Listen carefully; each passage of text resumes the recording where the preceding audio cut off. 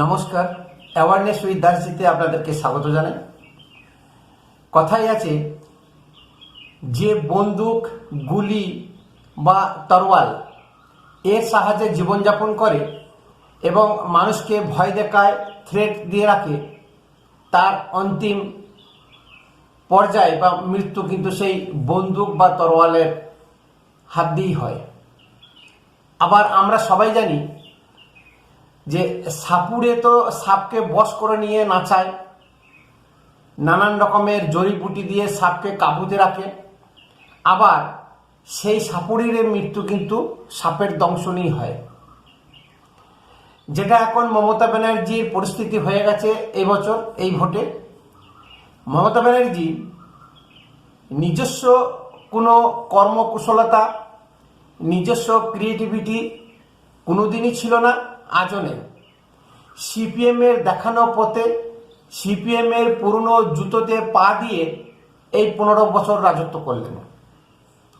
সিপিএমের যে গুন্ডা বাহিনী, গুন্ডারাজ বা নানান রকমের দুষ্কৃতি বা দুষ্কর্ম সিপিএম যে শেষ মুহূর্তে শুরু করেছিল, সেইটাকেই মমতা ব্যানার্জি ক্যারি ফরওয়ার্ড করলো, জাস্ট মোড়কটা চেঞ্জ করে দিয়ে। এই ধমকি, চমকানো গুন্ডা বাহিনী সিপিএম যে সাইন্টিফিক্যালি লুট করত, তখন মিডিয়ার দৌরত্ব ছিল না। যে সমস্ত প্রিন্ট মিডিয়া কিছু ছিল, আনন্দবাজার, যুগান্তর, আজকাল, বর্তমান, তাদের মুখ দেবে দিয়েছিল জ্যোতি বসু। আজকে প্রিন্ট মিডিয়া, সোশ্যাল মিডিয়ার দৌড়াতে প্রচুর জিনিস ভাইরাল হয়ে যাচ্ছে, তাই আমরা জানতে পারছি। ঠিক একই কায়দাতে ভাইপো যেভাবে কাটমানি রাজত্ব শুরু করেছে, ঠিক ওইভাবেই চন্দন মুন্সিও ঠিক কালেকশন করেছে পশ্চিমবঙ্গ থেকে। তাই উনি আজ বিলিয়নিয়ার, হাজার হাজার কোটি টাকার মালিক। মমতা ব্যানার্জি 2021-এ বুঝতে পেরে গেছিল যে 2021-এ আমাদের সরকার আর থাকবে না, আমি হয়তো উৎখাত হতে পারি। আর এই দলটাকে পরিচালনার ভার নিয়েছিল আইপ্যাক। তখন প্রশান্ত কিশোরের বুদ্ধিতে, কৌশলে টিএমসি দলটা কিন্তু চলতো।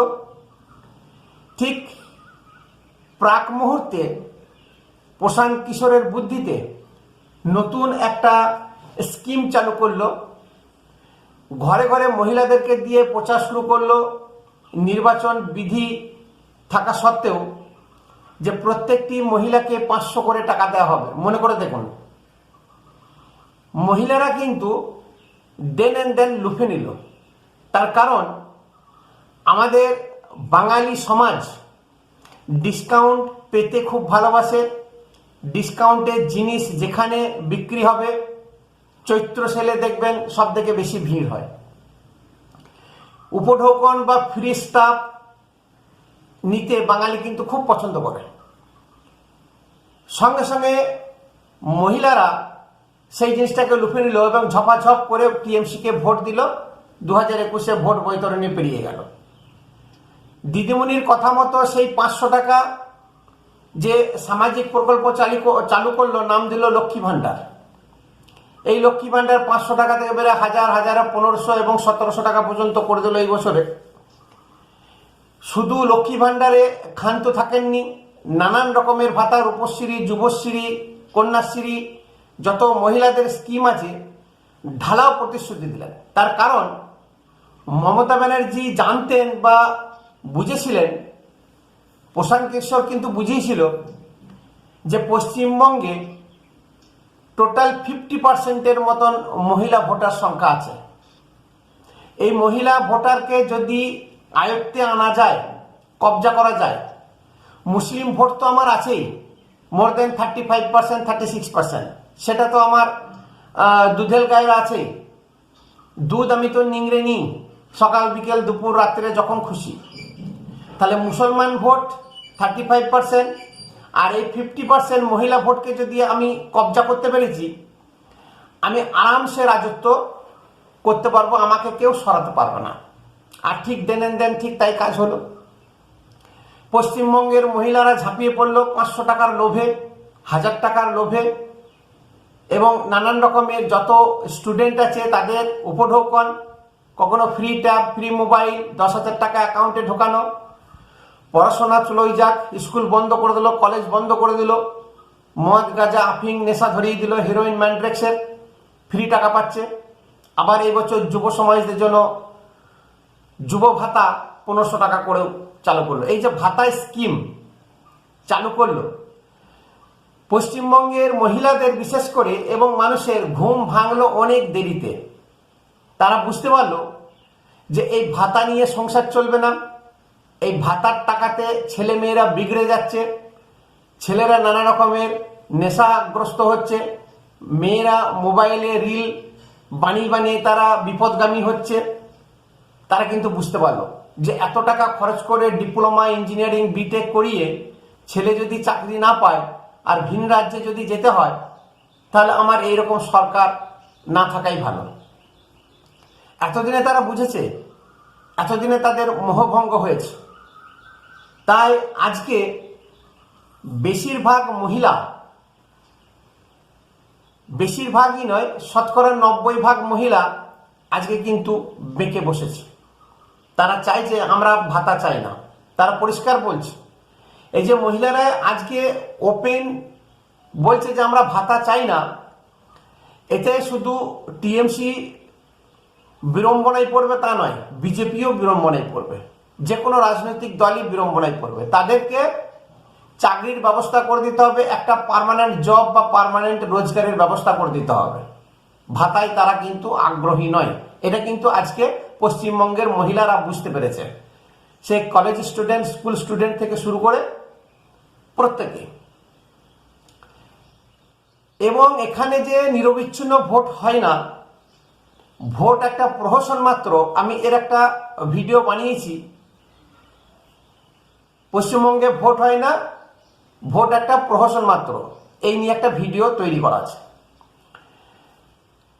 সাইন্টিফিক্যালি রিগিং, বৈজ্ঞানিকভাবে কিভাবে ছাপ্পা যাওয়া যায় সেটা বামফ্রন্ট সরকার দেখিয়ে দিয়ে গেছে। সেই পথে টিএমসি কিন্তু এই 15 বছর ধরে রাজ করে এসেছে। আপনারা জানেন যে বহু জায়গায় ধমকানো চমকানো আগেও হতো, এখন সব থেকে বেশি মাত্রায় হচ্ছে। এখন আগেও যেরকম বাড়িতে বাড়িতে সাদা থান পাঠানো হতো, এখনো সেই একই কায়দায়।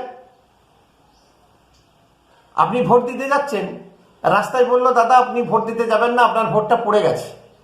বা ভোট দিতে ঢুকলেন, তখন দেখলেন যে আপনার ভোটটা কেউ যেন দিয়ে দিয়েছে। এই যে একটা ব্যবস্থা, সুকৌশল করে রেখে দিত, সেই সুকৌশলে টিএমসি কিন্তু এতদিন ছাপ্পা মেরে ভোট করে এসেছে। এবং যে সমস্ত মৃত মানুষ, তাদেরকে ভোটার লিস্ট থেকে বাদ দিত না, সেই মৃত মানুষরা দুপুর 1টা-1:30 থেকে 3:30-র মধ্যে ভোট দিতে আসতো। এটা বামফ্রন্ট শিখিয়ে দিয়ে গেছিল। সেই একই রাস্তায় চেনা ছকে মমতা ব্যানার্জি কিন্তু রাজ করলেন। মমতা ব্যানার্জি বলেছিলেন বদলা নাই, বদল চাই, এবং মোড়ে মোড়ে রবীন্দ্রসঙ্গীত এমনি এমনি বাজাননি। তার কারণ উনি কিছুই জানতেন না, ওনার কোনো ব্লু প্রিন্ট ছিল না, দূরদর্শিতা ছিলই না, এখনো নেই। যেন আমি রাজ্যটা পেয়ে তো গেছি, আমি চালাবো কি করে। তাই বামফ্রন্টের যত দেখানো পথ, বামফ্রন্টের যত নীতি ছিল, সমস্ত কিছু কপি করে নতুন নাম দিয়ে সেই পুরনো জুতোতে পা দিয়ে কিন্তু সরকারটাকে এতদিন চালালেন। বামফ্রন্ট সরকার পশ্চিমবঙ্গ রাজ্যটাকে খাদের কিনারায় নিয়ে এসে দাঁড় করিয়েছেন। সেই খাদের কিনারা থেকে লাথ মেরে খাদে ফেলে দিয়েছে মমতা ব্যানার্জি। পশ্চিমবঙ্গ থেকে সমস্ত ইন্ডাস্ট্রি তো উঠে পালিয়েছে। যেটুকু বেঁচে কুচে ছিল এই 15 বছরে তারাও পাত্তারি গুটিয়ে পালিয়েছে। তাহলে এখানে ছেলে মেয়েদের চাকরিটা হবে কোথায়? তাদেরকে গুজরাট, চেন্নাই তো যেতেই হবে। অথচ দিদিমণি বলছেন এখানে গুজরাট হতে দেব না। ঘরে ঘরে বোমা তৈরির কারখানা। এর আগে পশ্চিমবঙ্গে এরকম বোম ব্লাস্ট কোথাও হয়নি, যেটা খাগড়াগড় দিয়ে শুরু হয়েছিল। পুলিশে বোম উদ্ধার করে গঙ্গার পারে যে বিস্ফোরণ ঘটিয়ে নষ্ট করেছে এবং বহু জায়গায় করতে পারেনি। দক্ষিণ 24 পরগনাটাকে একটা মিনি বাংলাদেশ বানিয়ে রেখেছে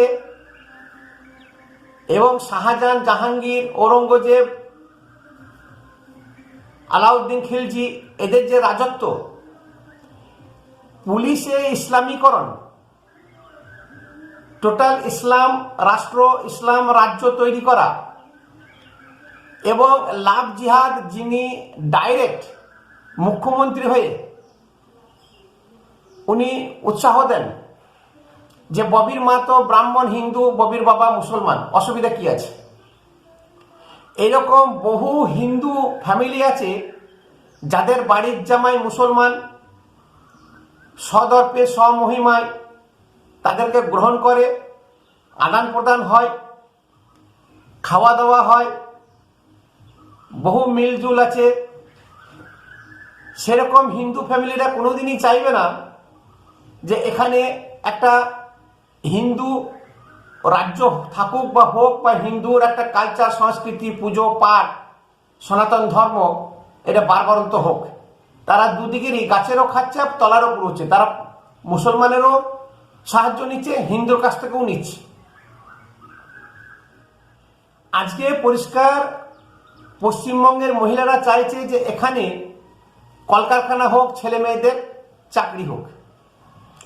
তাই বেশিরভাগ মহিলা আজকে ওপেনলি বলছে যে দিদিকে তো আমরা 15 বছর সুযোগ দিলাম, একবার দাদাকে দেখি, দিদির উন্নয়ন তো দেখলাম, এবার দাদার বিকাশ দেখি। তার কারণ কথায় কথায় বাঙালির যে একটা সংস্কৃতি, রাজনীতি, দিল্লি বঞ্চনা, দিল্লি বঞ্চনা করে, বাঙালিকে দেখে না, দেয় না, 100 দিনের টাকা দেয় না, এই প্রকল্পের টাকা দেয় না, তমুক প্রকল্পের টাকা দেয় না, দেয় না। তাই এবারে যদি ডবল ইঞ্জিন সরকার হয় তাহলে বাঙালি বা পশ্চিমবঙ্গের সরকার এই অভিযোগটা করতে পারবে না যে দিল্লি বঞ্চনা করছে।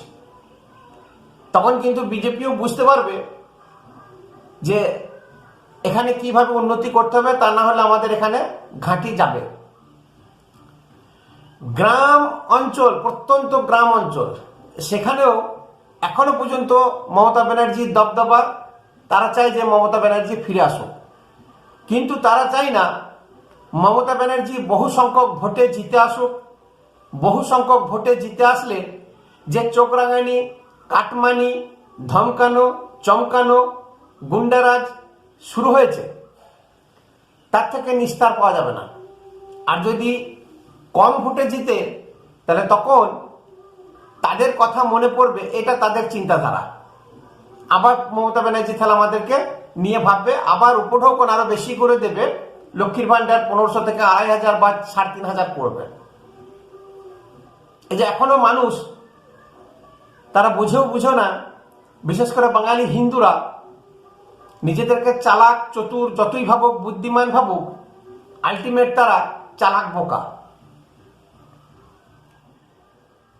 যেটা নির্বাচন কমিশন এইবারে করেছে, অবাধ এবং শান্তিপূর্ণ ভোট, রাষ্ট্রপতি শাসন না করেও রাষ্ট্রপতি শাসনের অনুরূপ এমনভাবে নিরাপত্তা বাড়িয়েছে।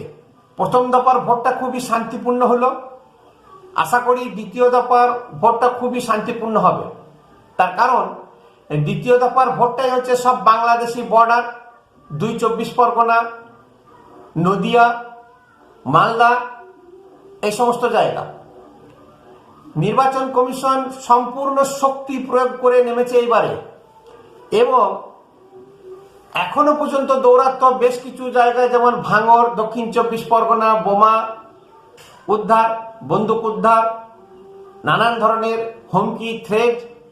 4 তারিখের পরে দেখে নেব, বাড়ি বাড়ি গিয়ে মহিলাদেরকে দিয়ে থ্রেট দেওয়া, বিশেষ করে গোসা বা ফলতা, ডায়মন্ড হারবার অঞ্চলে। এইসব জিনিসও কিন্তু নির্বাচন কমিশন বন্ধ করতে চলেছে। যেটা শোনা যাচ্ছে যে 1962 পর থেকে মানুষ স্বতঃস্ফূর্তভাবে কোনোদিন ভোট দিতে পারেনি। এই বছর মানুষ ঘর থেকে বেরিয়ে স্বতঃস্ফূর্তভাবে ভোট দেবে। তারা বলছে যে সেই 18 বছর বয়সে ভোট দিয়েছি, আর ভোট দিইনি, 50 বছর বয়স হয়ে গেল। এই যে মানুষের মনে একটা উদ্দীপনা, উৎসাহ, গণতান্ত্রিকভাবে যে ভোট দেওয়া বা তাদের অধিকার, সেটা তারা কিন্তু এই বছর প্রয়োগ করতে চলেছে। যেটা 24 পরগনার ফলতাতে মমতার পোষ্য, অভিষেকের পোষ্য জাহাঙ্গীর খান বাড়ি বাড়ি ঢুকে তাদের ভোটার কার্ড ছিনিয়ে নিয়েছে ভোট দিতে যাতে না পারে। সেটাও কিন্তু নির্বাচন কমিশন ব্যবস্থা করেছে যে যে কোনো একটা ডকুমেন্টস সঙ্গে নিয়ে আনলেই হবে, ভোটার কার্ড না থাকলেও হবে। এবং নির্বাচন কমিশনের সিএপিএফ তারা বাড়ি বাড়ি গিয়ে পাড়ায় পাড়ায় গিয়ে আশ্বাসন দিচ্ছে যে নির্ভয়ে নির্বিঘ্নে আপনার ভোট দেবেন, কোনো অসুবিধা হবে না। এতেই তারা জেগে উঠেছে সমস্ত সমাজ, সমস্ত মানুষ, বিশেষ করে হিন্দু মহিলা পুরুষ। তো এই যে বলে না যে যার ভরে তুমি এসেছো, বা যে গুন্ডার দৌড়াতে বা যে গুন্ডার বলে বলিয়ান হয়ে রাজ্য চালাচ্ছিলেন, সেই গুন্ডারাই কিন্তু মাঝ নদীতে তোমাকে ডুবিয়ে দিল। আজ এই গুন্ডারাজ ধমকানো চমকানোতেও মানুষ কিন্তু বিব্রত, এবং প্রত্যেকটি কি গ্রাম কি শহর মহিলারা আজ মমতার প্রতি মোহভঙ্গ হয়ে গেছে। কারণ যত দিন গেছে মমতার দিনের পর দিন হিংস্র হয়েছে, এবং মুখে যা আসছে তাই বলছে, দেখে নেবো কেটে নেবো মুখ্যমন্ত্রী পদে বসে। নরেন্দ্র মোদীর যেখানে যেখানে সভা হয়েছে, যোগী আদিত্যনাথের যেখানে যেখানে সভা হয়েছে, উপচে পড়া মহিলাদের ভিড়, ব্যাপক মহিলাদের সারা, ব্যাপক মহিলাদের উৎসাহ। এই উৎসাহ উদ্দীপনা দেখেই প্রধানমন্ত্রী দায়িত্বহীন ভাষায় বলেছেন যে আমার অভিজ্ঞতা থেকে আমি বলছি, এই বছর পশ্চিমবঙ্গে বিজেপি সরকার করতে চলেছে।